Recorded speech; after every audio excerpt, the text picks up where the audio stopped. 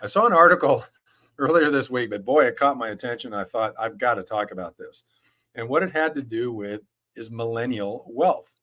And the reason this article caught my attention, I don't know about you, but I've seen all kinds of news articles over the last several months, even year or two, where millennials appear to be kind of, concerned and kind of moaning and groaning about the fact that they just are having trouble with, their income is not as good as previous generation, in particular the baby boomers. The baby boomers are buying up all the houses, and the baby boomers were lucky because back when they were at millennial age, they could more readily afford a home, and their incomes were better than current millennials and so forth. So I've seen a lot of news stories and headlines all about those kinds of concerns.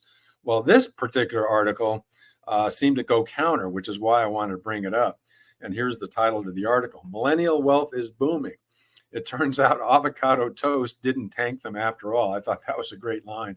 This is from Business Insider on April 24th.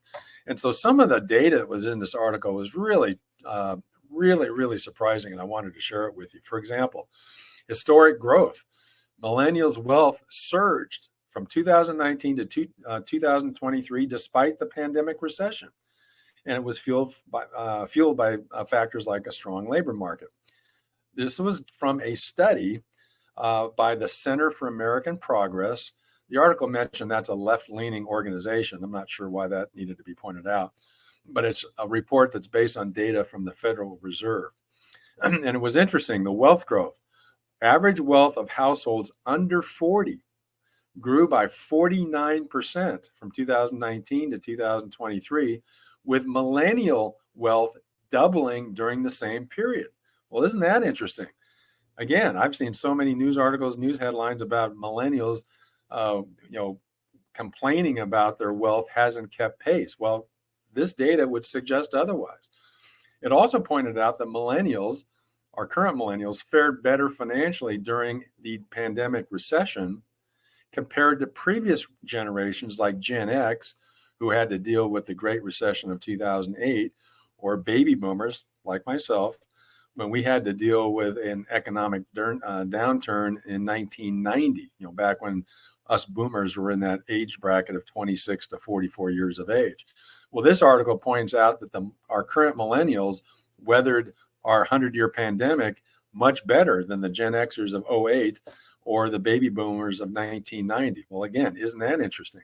Now, the factors that contributed to this millennial growth, this explosion of millennial wealth, was a robust labor market, and I think even more importantly, pandemic era stimulus measures such as cash payments and student loan pauses fueled by millennials' wealth surge. In fact, student loan pauses.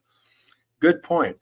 For all the complaints about crushing student loan debt, folks, I got to tell you, for the last several years, every time we originate a loan with somebody with student loan debt, yeah, it's on the credit report, and 98% of the time, the payments are deferred. So yes, there's a lot of student loan debt out there.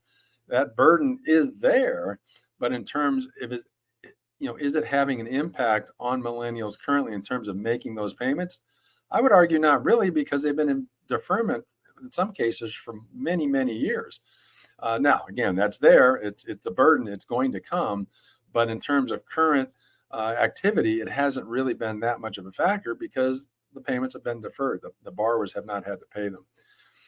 And the other thing the article pointed out was wealth gains were not limited to just top earners, the top millennials.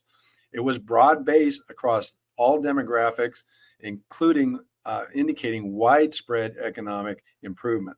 So I just wanted to point this out, that despite all the complaining about millennials just don't have it as good as previous generations, the Gen X or the boomers, this article seemed to suggest otherwise.